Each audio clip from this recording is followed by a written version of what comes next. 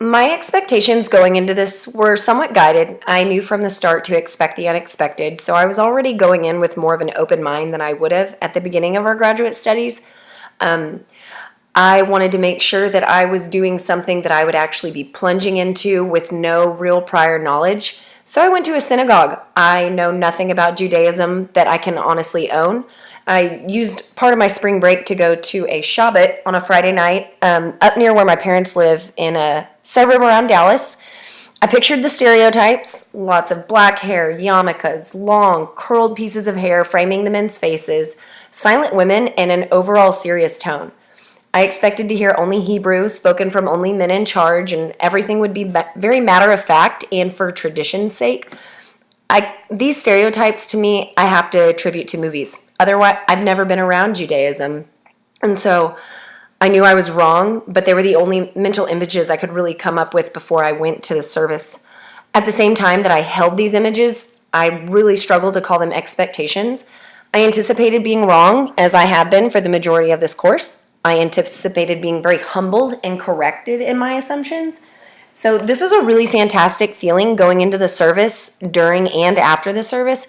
It felt so invigorating to actually be open-minded, not just wish I was. It was also empowering to say that I genuinely went in with an open heart. I learned that the similarities between religions are more common than I ever thought.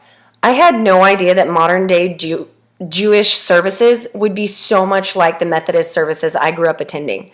There were songs and prayers and lessons and laughter and conversation.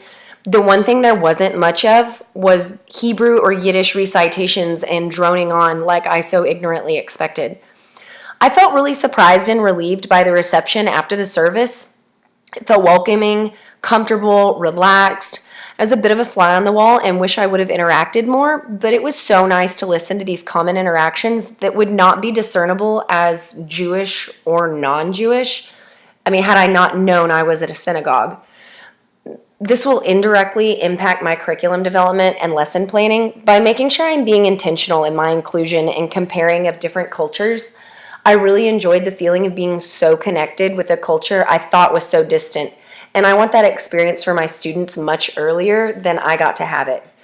This will directly affect my interactions with others in the most basic way.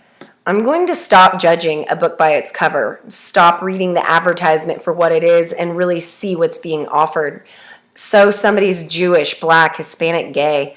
This is such a small facet of a person's entire being, and everyone I interact with deserves the chance to be seen as a whole human, not a piece of one.